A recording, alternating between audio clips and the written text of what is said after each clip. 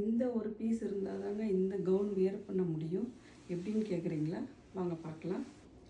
Hello every one, இன்றைக்கி நாம் என்ன பார்க்க போகிறோன்னா அமெரிக்கனோட வெட்டிங் கவுன் தாங்க பார்க்க போகிறோம்.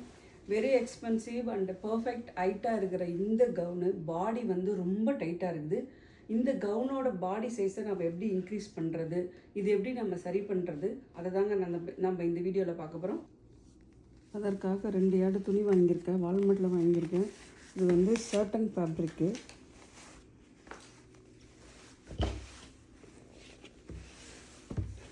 நான் ஆல்ரெடி லென்த்து மெஷர் பண்ணிட்டேன். 8 இன்ச்சு லென்த்து, 6 இன்ச்சு வித்து இருந்தால் போதும்.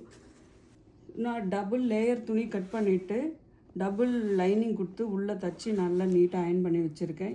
இந்த பேட்ச் ஒர்க் என்ன பண்ணோன்னா நம்ம இங்கே இதில் வச்சு இப்படி அட்டாச் பண்ணிடணும்.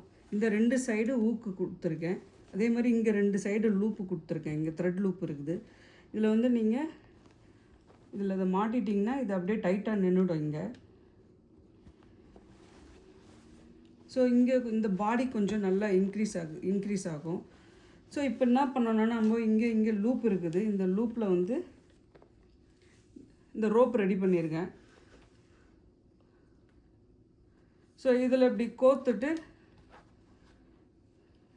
கோத்துட்டு இந்த எண்டு வரைக்கும் கோத்துட்டு இங்கே டைட் பண்ணிட்டோம்னா நமக்கு கொஞ்சம் ரொம்ப ஸ்பேஸும் கிடைக்கும், ரொம்ப கம்ஃபர்டபுளாக இருக்கும் வியர் பண்ணுறதுக்கு. பாடி நல்லா இன்க்ரீஸ் ஆகும். தேங்க்யூ.